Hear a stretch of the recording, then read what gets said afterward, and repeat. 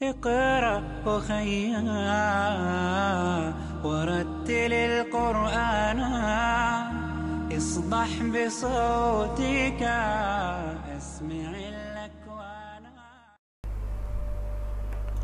السلام عليكم ورحمة الله وبركاته. الحمد لله رب العالمين والصلاة والسلام على رسوله الكريم أما بعد.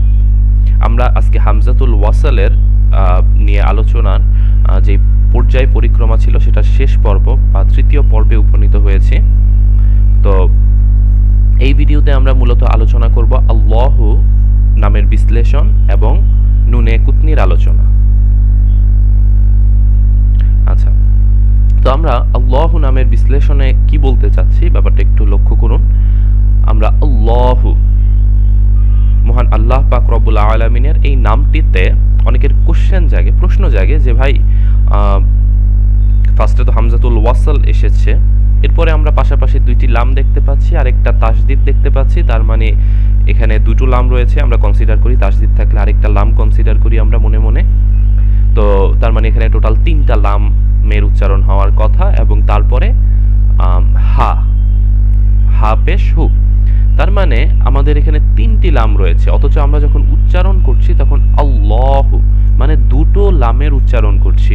তাহলে এটা কেমন হয়ে গেল? এটা অনেকেরই প্রশ্ন জাগে এবং প্রশ্নটা স্বাভাবিক, জায়গাটা অস্বাভাবিক কিছু নয়।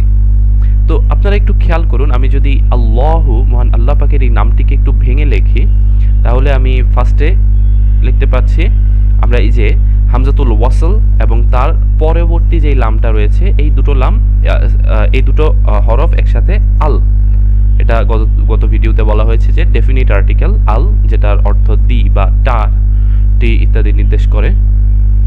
তার মানে আমরা প্রথম পোর্শনটাকে পেলাম হামজাতুল ওয়াসল এবং লাম। আর আল কেন বলছি? কারণ হামজাতুল ওয়াসালের পরে লাম এসেছে, এর জন্য এটাকে হামজাতুল ওয়াসালকে জবর দিয়ে পড়তে হবে, আল পড়তে হবে। এরপর দেখুন এই লামটা অর্থাৎ এই যে সেকেন্ড নিচের লামটা এবং তার উপর তাসদিদ, তার মানে আমি এখানে যদি এই দুটো জিনিসকে একটু ভেঙে লিখি তার মানে প্রথম লামটাকে আমি সাকিন দিয়ে লিখতে পারি এবং পরবর্তী লামের উপর আমি জবর দিয়ে লিখতে পারি। এটা হচ্ছে তাসদিদের লামটা, এই সেকেন্ড লামটা হচ্ছে তাসদিদের লামটা। তো এই নিয়ে আমরা দেখতে পেলাম তিনটা লাম হলো। আর হু, তো এটা হু, এখানে স্বভাবতই প্রশ্ন জাগতে পারে যে তিনটা লাম অথচ আমাদের উচ্চারণে আসছে দুটো লাম। দেখুন গত ভিডিওতেই কিন্তু এটার ডিসকাশন হয়ে গেছে, আপনারা যদি একটু ব্যাকে যাই দেখুন হুরুফুশ শামসিয়া এর মধ্যে নিয়মটা কি ছিল? নিয়মটা ছিল হুরুফুশ শামসিয়া, লাম কিন্তু একটা হুরুফুশ শামসিয়া। তার মানে আমরা যদি আল শব্দের পরে এই হুরুফুশ শামসিয়া, সেটা যে এই 14টা হরফের যে কোনো হরফ হতে পারে, সেটার মধ্যে লামও ইনক্লুডেড, তো এটা যদি আসে তবে লামটা একটা তাসদিদ লাভ করবে। এই যে এখানে যেমন তাসদিদ লাভ করেছে এরকম একটা তাসদিদ লাভ করবে। এবং আল শব্দের এই যে আল আর্টিকেলটা আপনারা দেখতে পাচ্ছেন, এই আল এই ডেফিনিট আর্টিকেলের যেই লামটা রয়েছে এই লামটা অনুচ্চারিত থাকবে, এটা গত ভিডিওতেই ডিসকাস করা হয়েছে। তার মানে আমাদের এই ডেফিনিট আর্টিকেল আলের মধ্যে যেই লামটা রয়েছে সেই লামের উচ্চারণ এই জায়গাটাতে হচ্ছে না, এর কারণে হামজাতুল ওয়াসাল গিয়ে ডিরেক্ট এই সেকেন্ড লামটাকে ধরছে। এর জন্য আল আর এই থার্ড তাসদিদের থেকে ভেঙে যে আমি যেই লামটা লিখেছি এখান থেকে লা, এর জন্য আমাদের দুটো লাম মনে হচ্ছে এখানে উচ্চারিত হচ্ছে আল্লাহু। আশা করি ব্যাপারটা বুঝতে পেরেছেন যে আমাদের এখানে যেহেতু এটা হুরুফুশ শামসিয়া এর জন্য এই আল, এই যে এটা সেকেন্ড লামটা আমরা দেখতে পাচ্ছি তাসদিদ গ্রহণ করেছে, আর আল শব্দের যেই লামটা ছিল সেটা অনুচ্চারিত থেকেছে। এই শব্দটার আমরা যদি বিশ্লেষণে যাই, আল্লাহু এটা এসেছে, এই নামটা এসেছে আল ইলাহ এই শব্দ থেকে। আল ইলাহ, ইলাহ মানে লর্ড, ইলাহ মানে মালিক, অধিপতি। কোন অর্থ আমি করব আসলে ইলাহ শব্দের? কোন অর্থ মানে একটা নির্দিষ্ট স্পেসিফিক একটা অর্থে কখনোই ফেলা যায় না, অসংখ্য অর্থ করা যায়। তো আল্লাহ পাক রব্বুল আলামিনই একমাত্র ইলাহ, দা লর্ড, এভাবে আমরা অর্থ করতে পারি। তো ওই আল ইলাহ একসাথে মিলিত হয়ে এই আল্লাহ নামটি হয়েছে। আশা করি বুঝতে পেরেছেন। এরপরে আসুন নুনে কুতনি বা ছোট নুনের আলোচনা। যখন আমরা তানউইনওয়ালা হরফের পাশাপাশি হামজাতুল ওয়াসালকে দেখতে পাবো আমরা। তো তখন আমরা ছোট নুন দিয়ে তানউইনটাকে পরিবর্তন করে দেব, আর ছোট নুনের নিচে সবসময় একটা জেড যুক্ত করা হবে। আমরা যদি এটার পড়ার নিয়মটা দেখি তাহলে আমরা ফার্স্টে যে নিয়মটা লিখেছি এখানে আপনারা দেখতে পাচ্ছেন। আপনারা যদি এখানে ওয়াকফ করেন তবে এই নুনে কুতনির কোনো ব্যবহার নেই, স্বাভাবিক সিম্পলি আমরা পড়ে যেতে পারবো, কোনো ব্যবহার নেই, নতুন কোনো নিয়ম নেই আপনি যদি ওয়াকফ করেন। আর যদি ওয়াকফ না করে টানা পড়তে চান তাহলে তানউইন অর্থাৎ 2 জবর 2 জের এবং 2 পেশ, সেই 2 জবর 2 জের এবং 2 পেশ থেকে 1 জবর 1 জের এবং 1 পেশকে কাট করে দেবেন, সরিয়ে দেবেন এবং একটি জবর 1টি জের এবং 1টি পেশ এভাবে নেবেন। আর নুন জের নি এর উচ্চারণ সহকারে পড়বেন।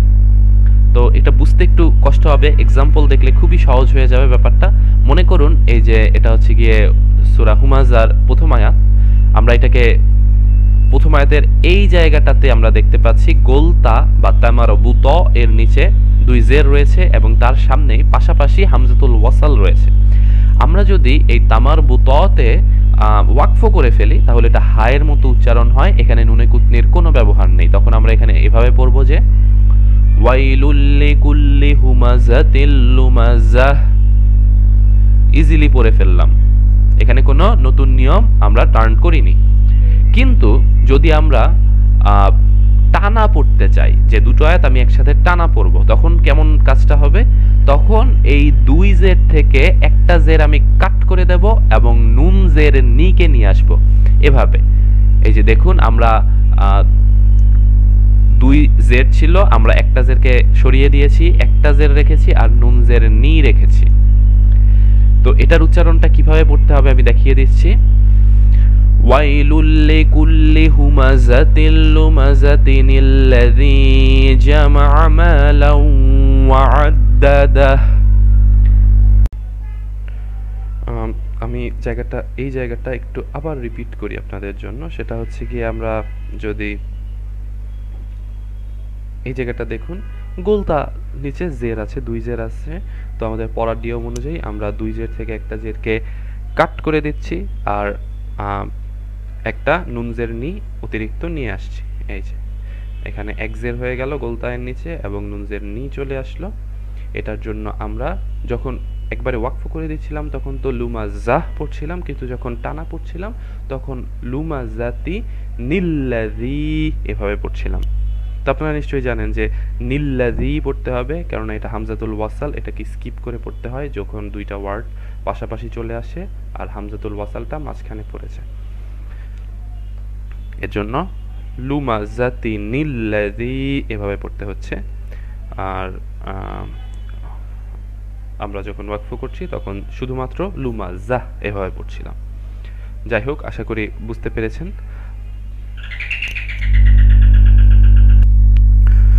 তো এই ভিডিওটা এই পর্যন্তই। আসসালামু আলাইকুম ওয়া রাহমাতুল্লাহি ওয়া বারাকাতুহু। داوي نفوسنا لنحس في أعماقنا الإيمان